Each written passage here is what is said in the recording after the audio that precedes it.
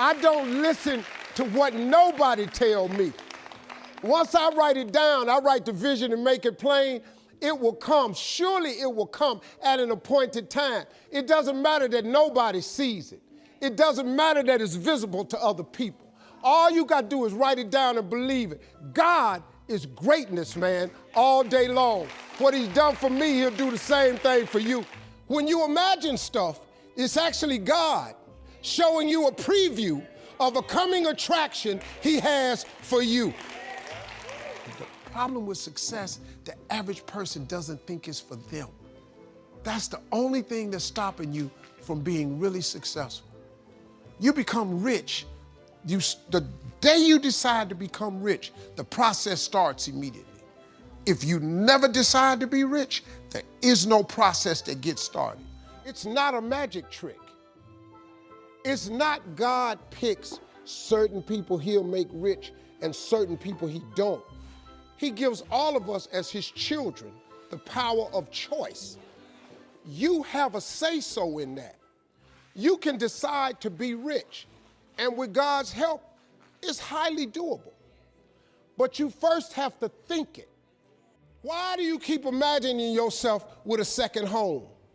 Because God wants you to have a second home. Why do you keep imagining yourself in a supervisory capacity on another job? Because God really wants you to have that. Why you keep dreaming of opening a business one day? That's because that's what God really got for you.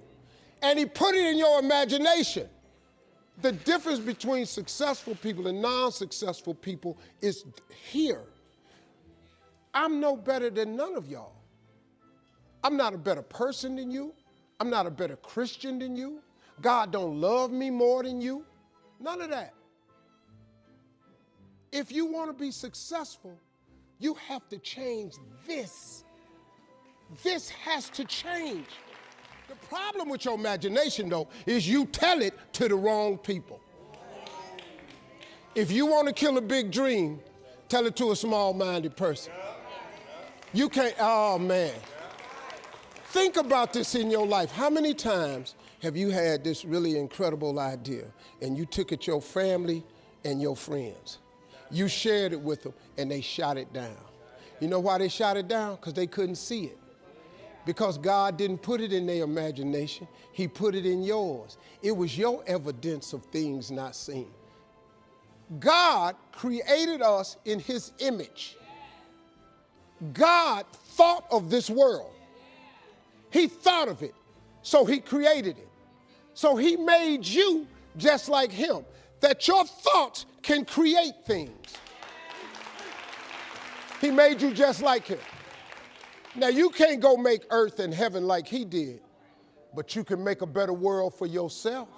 Because that is a principle of success that all successful people know. If it is written, so shall it be. See, all this stuff you've been imagining, you ought to start working on it. Because that's what God really got for you. Your real life is in your imagination.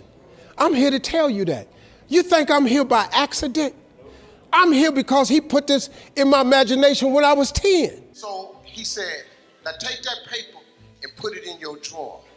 He said, every night before you go to bed, read your paper. He said, every morning when you get up and go to school, read your paper. I did it. If you turn on your television set,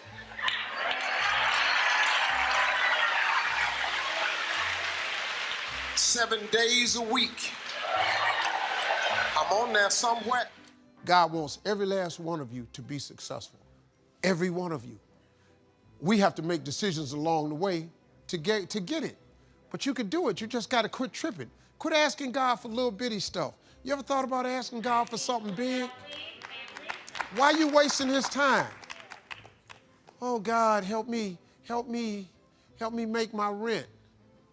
For what?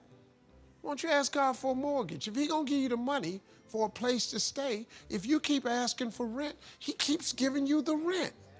If you ask for a mortgage, he'll give you the mortgage. Go home and cut your TV on. That's right. That little boy with the stuttering problem, he all over that TV. You can't cut your TV on. You can't cut your TV on not now day of the week. and you don't see that little boy. That little boy with the stuttering problem is all over that TV because God put it in my imagination. All I did was hang on to that thought. I just kept hoping. I just kept hoping that what I had wrote on the paper would come true.